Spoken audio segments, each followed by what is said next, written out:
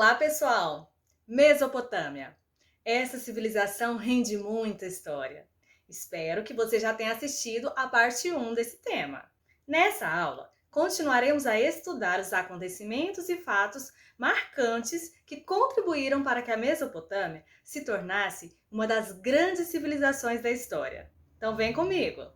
Para começar, que tal conhecer as heranças que os mesopotâmicos nos deixaram? Desde muito tempo atrás, os seres humanos já demonstravam certa fascinação pelos astros. Com os mesopotâmicos, não foi diferente. Eles observavam os astros e os acontecimentos que os envolviam.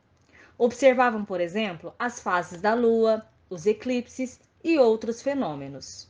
Com essa observação, eles passaram a acreditar que os astros interferiam diretamente na vida das pessoas. Inclusive, lançaram base para a criação do horóscopo. Ah, quem nunca deu uma espiadinha no jornal ou na internet nas previsões dos signos do zodíaco? Então, algo que está presente no cotidiano de muitas pessoas na atualidade teve suas bases lá na Mesopotâmia. Claro que os mesopotâmicos não foram os únicos responsáveis por isso. Eles contaram com a contribuição dos gregos e egípcios. Outra coisa bem bacana que eles criaram foi o calendário, que é diferente do nosso. O nosso é um calendário solar, baseado na movimentação da Terra ao redor do Sol. Já o deles é um calendário lunar, baseado nas fases da Lua. No entanto, tem algumas semelhanças, como a divisão do ano em 12 meses, sendo cada mês composto por 29 ou 30 dias. No calendário mesopotâmico, o ano era composto por 354 dias, e a cada 3 anos eles acrescentavam um mês para que a conta pudesse ficar correta. Outro legado bem interessante deixado pelos mesopotâmicos foi o sistema numérico, que tinha como base o número 60. Eles desenvolveram símbolos que representavam as quantidades. Os mais comuns eram os símbolos que representavam o 1 e o 10. Estes eram repetidos formando todas as outras quantidades até chegar aos 59. Quando chegava aos 60 havia uma mudança. Ele era representado com o símbolo do 1, mais um espaço. Observe esse exemplo. Temos o 63. Então, para representar o 60, tem o símbolo do 1 mais espaço. Logo em seguida, eram colocados mais 3 símbolos representando a quantidade 3. Portanto, 60 mais 3 igual a 63. Esse sistema numérico baseado no 60 ajuda a entender algumas coisas que usamos no dia a dia. Por exemplo, 60 minutos, 60 segundos.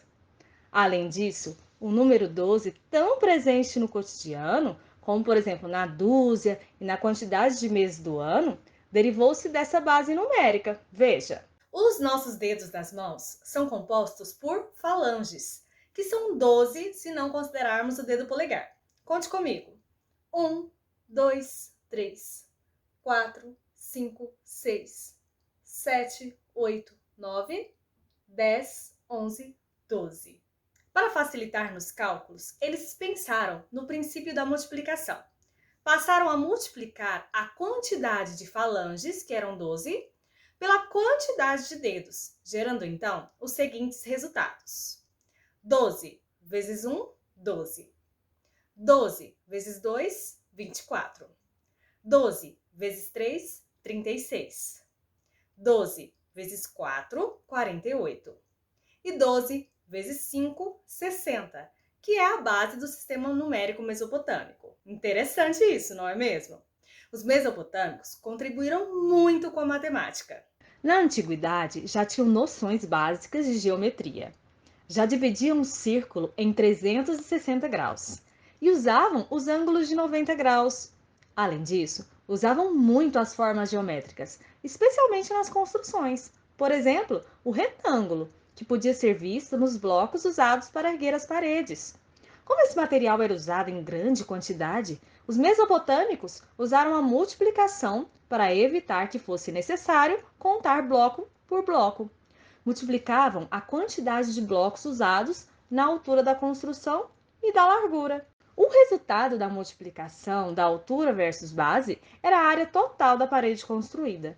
Mas eles não pararam por aí. Descobriram que, além da área de um quadrado ou de um retângulo, eles podiam determinar a área de um triângulo. Mas como?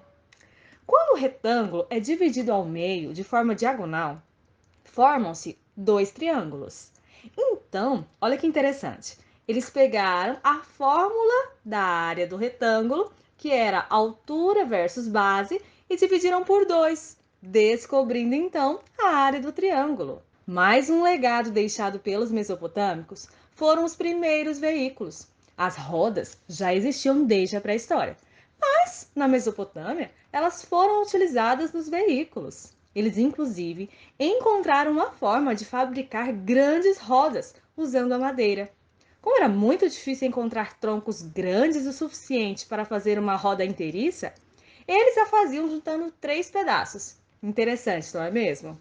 Agora, vamos falar sobre os povos que dominaram a região da Mesopotâmia em diferentes períodos. Foram eles: Sumérios, Acádios, Amoritas, Assírios e Caldeus.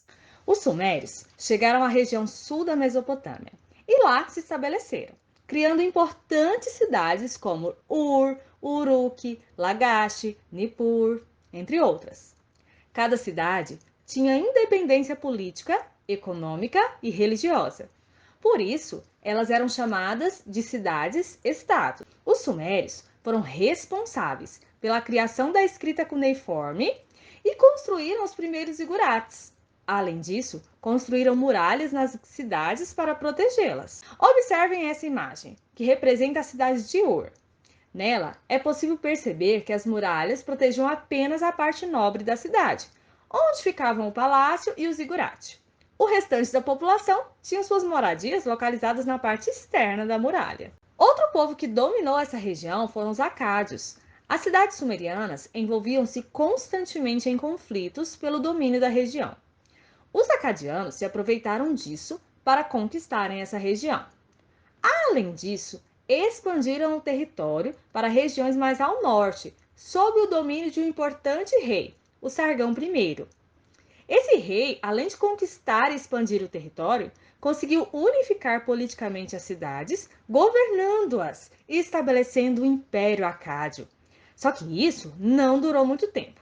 Após a sua morte, as cidades começaram a se enfraquecer devido a várias rebeliões internas que aconteceram. Por causa disso, acabaram sendo invadidas por guerreiros nômades. Um tempo depois, por volta de 1900 a.C., os acádios foram dominados pelos amoritas. Os amoritas colocaram a cidade da Babilônia como a capital do reino, e por isso esse período ficou conhecido como o Primeiro Império Babilônico. Esse império se destacou nas mãos de um importante rei, o Hammurabi. Ele foi o sexto rei da primeira dinastia babilônica dos Amoritas. Ele ficou famoso por ter pacificado e unificado a região, formando um novo império.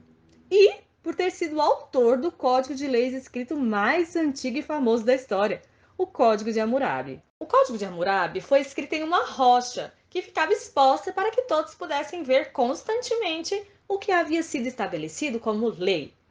Os temas abordados nesse código foram delitos praticados durante um processo, direito patrimonial relativo aos bens das pessoas, direito de família e heranças, lesões corporais, direitos e obrigações das classes especiais.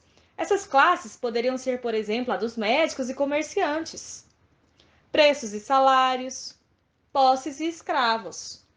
Esse código se baseava na lei de Talião, que considera como justo a ideia de que tudo aquilo que você faz, você recebe em troca. Tem uma expressão que vem desse período e representa muito esse princípio, que é olho por olho, dente por dente. Vamos ver algumas cláusulas desse código. Se um homem cegou o olho de outro homem, o seu próprio será cegado. Mas, se foi o olho de um escravo, pagará metade do valor desse escravo. Note que a ideia do olho por olho vem dessa cláusula, na medida em que aquele que cegasse o olho de alguém teria como punição perder a própria visão. Porém, é importante observar que esse código não tratava todas as pessoas como iguais, pois nesse caso, se a pessoa que ficou cega fosse escrava, a punição para o agressor seria mais leve, seria apenas um pagamento em dinheiro. Nesse sentido, o código considerava a posição social dos indivíduos. Se um filho bater em seu pai, cortarão suas mãos. Se um construtor fizer uma casa e esta não for sólida e cair matando o dono, esse construtor será morto. Se causou morte ao filho do dono, matarão o filho do construtor. Na atualidade, esse código nos parece bastante violento. Porém, no contexto mesopotâmico, essa era a justiça considerada correta. Portanto, não podemos cometer o erro de fazermos um julgamento histórico. Mas esse código não tratava apenas de punição, mas do que eles consideravam como certo e errado. Por exemplo, a próxima cláusula, que trata do direito à adoção. Veja, se alguém dá o seu nome a uma criança e a cria como filho, este adotado não poderá mais ser reclamado. Só que após a morte de Hammurabi, o Império Babilônico foi se enfraquecendo e os assírios, que estavam no norte, foram se fortalecendo e dominando toda a região mesopotâmica. Eles ficaram conhecidos como um império guerreiro e conquistador. Eles usavam de crueldade contra os adversários para desencorajar a resistência e abalar a moral do inimigo. Cortavam mãos, pés e até as orelhas dos seus inimigos. Usavam poderosos armamentos de guerra.